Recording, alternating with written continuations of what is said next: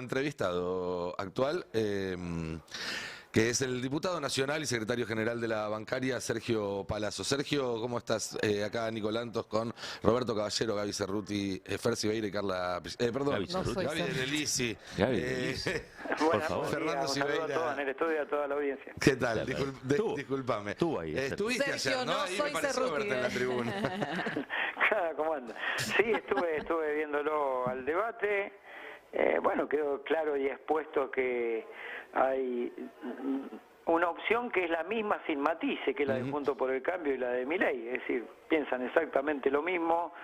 En materia de seguridad se pelean por ver quién tiene la mano más dura, en materia de ajuste se pelean por ver quién tiene la motosierra y quién tiene la tijerita, en materia económica se pelean por ver quién es más libre mercadista, y en materia laboral se pelean por ver quién le quita más derechos a los trabajadores. Así que hay una sola opción en el cual es una carrera alocada a ver quién le recorta más derechos a la sociedad, y del otro lado, bueno, estaba claramente Agustín, que es un compañero nuestro, que tiene una larga trayectoria, que tiene en su haber sido el presidente del bloque durante el gobierno de Cristina y creo que parte del de Néstor, y donde se sancionaron para los trabajadores casi 80 modificaciones de la ley de contrato de trabajo, todas favorables a los trabajadores, y él fue el presidente del bloque que las acompañó, impulsó y las hizo votar. Así que mucho para decir que no sea la objetividad de que de un lado estaban los que le dieron derecho a los trabajadores y del otro los que se los quieren recortar. No tengo mejor definición que esa para empezar. Bien, ¿y cómo viste a Rossi en el debate? ¿Cómo te pareció que el mensaje que tiene que llevar a la sociedad de Unión por la Patria en esta campaña estuvo bien representado?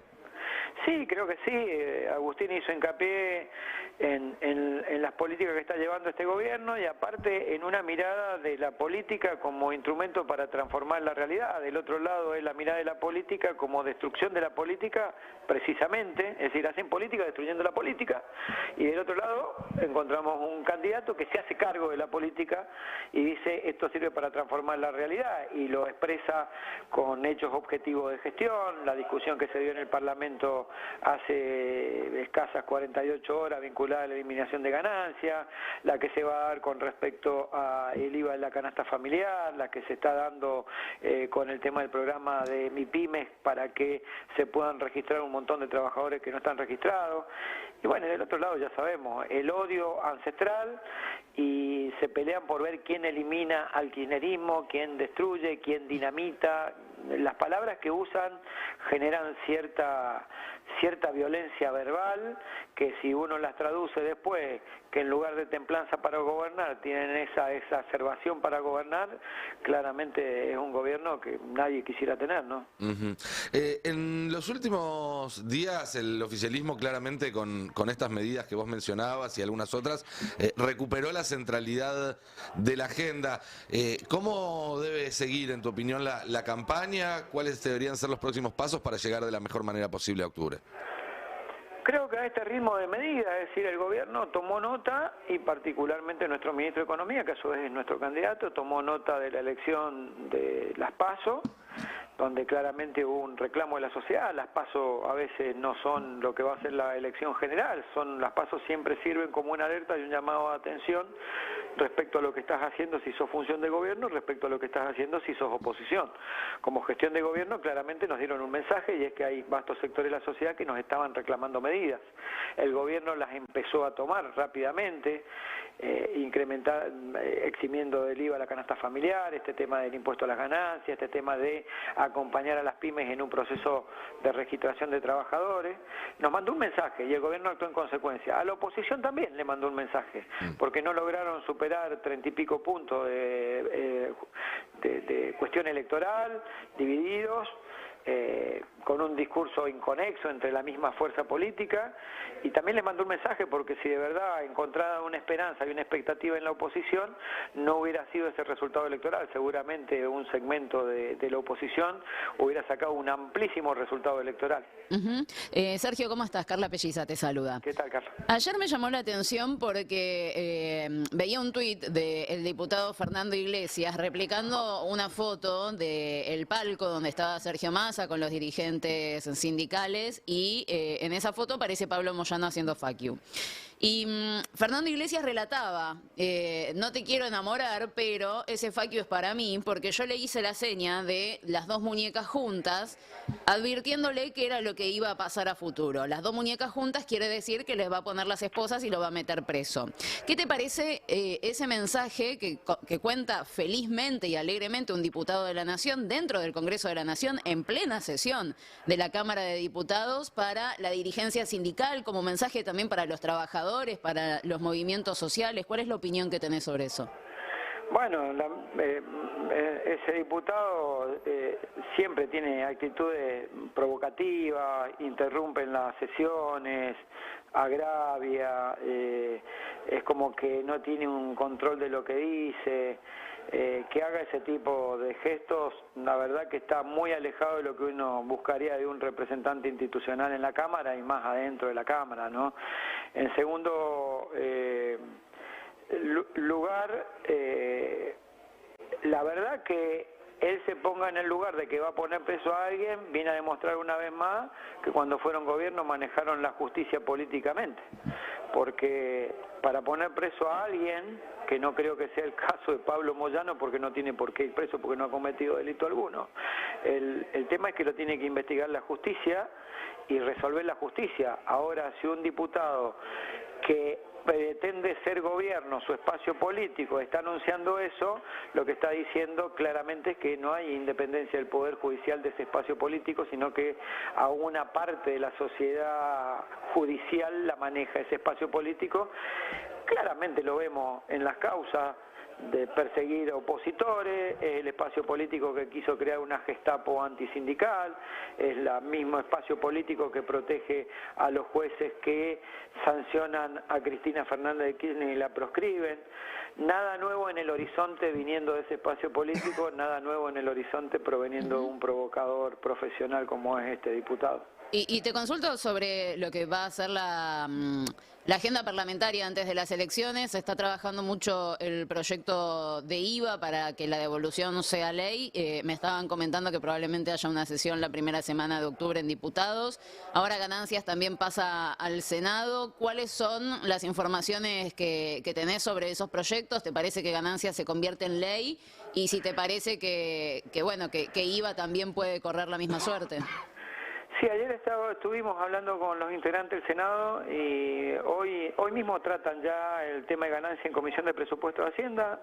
Esperemos que salga favorable y que vaya rápidamente como fue el trámite en diputados. Así los trabajadores tienen la tranquilidad que lo que hoy es un decreto por 3 meses va a ser una ley mejoradora del decreto como es la ley y que va a perdurar en el tiempo. Así que calculo que esa dinámica que se le imprimió se le dará en el Senado y esperemos que en un par de semanas ya sea ley, no tenga solo media sanción, sino que esté completada la sanción con el Senado.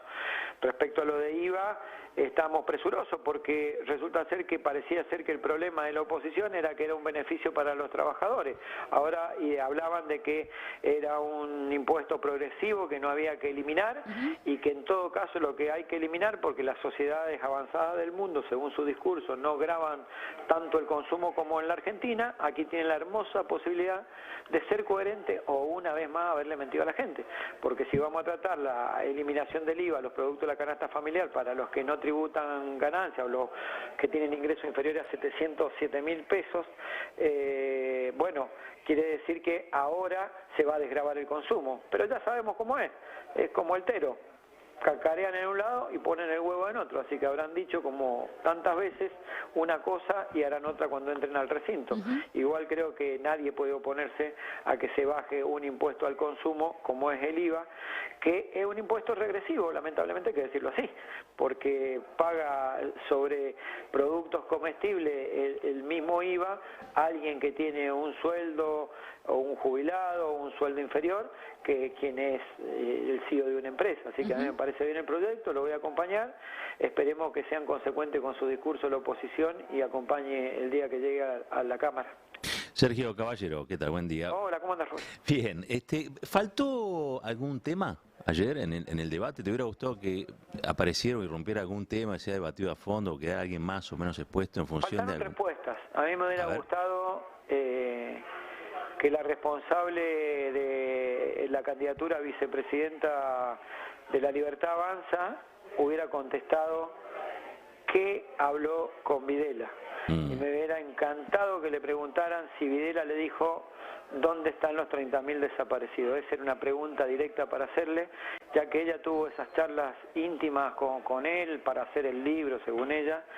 Sería buenísimo, me imagino que si estás escribiendo un libro, vas a fondo, ¿no? Y si vas a fondo en el libro, esa pregunta natural que se te da cuando tenés a una persona responsable, un asesino criminal responsable de 30.000 compañeros desaparecidos, decirle, ¿dónde están los desaparecidos? Por más que le hubiera dicho que son menos, porque esa era la discusión absurda en la que nos querían meter. Bueno, los que fueran, según usted, ¿dónde están los desaparecidos? Esa es la pregunta, que supongo le habrá hecho y supongo le habrá contestado, y esa era la pregunta para hacerle. Cuando te sentaste con Videla, ¿te dijo dónde estaban los 30.000 desaparecidos? Sergio, te hago una última pregunta porque tengo entendido que hubo novedades recientemente en la paritaria de los bancarios. Estamos en la sala de al lado firmando el acuerdo salarial. Ahí va, novedad de último momento. Contanos cuál fue el acuerdo que llegaron y cómo viene esa discusión. Uno de los gremios que ha logrado tener mejores resultados en ese sentido. Acabamos de cerrar, nosotros tenemos un acuerdo con las cámaras empresarias. Nuestro acuerdo es desde enero siempre a diciembre, en función de cómo está el tema inflacionario, hemos ido reabriendo la paritaria.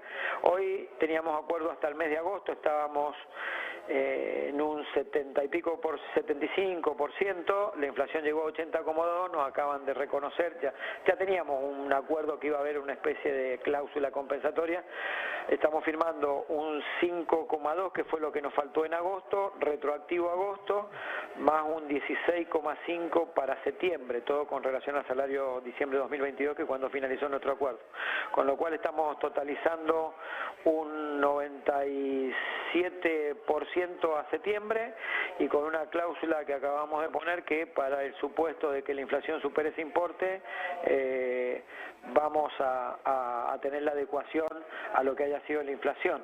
Eso nos deja con un salario inicial entre salario básico 456.000, salario mínimo garantizado 456.164 más participación en las ganancias 16.483, nos deja un inicial en 472.647 y estamos firmando un bono del día bancario que arranca en 406.000 pesos.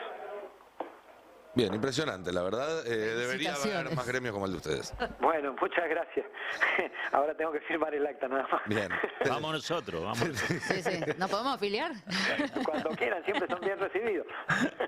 Te dejamos entonces que vayas ahí a poner el gancho, Sergio. Como siempre, gracias por atendernos y para charlar con nosotros. Muchas gracias a ustedes, hasta luego. Hablamos con Sergio Palazzo, secretario general de la Asociación Bancaria y diputado nacional. Bien, ¿eh?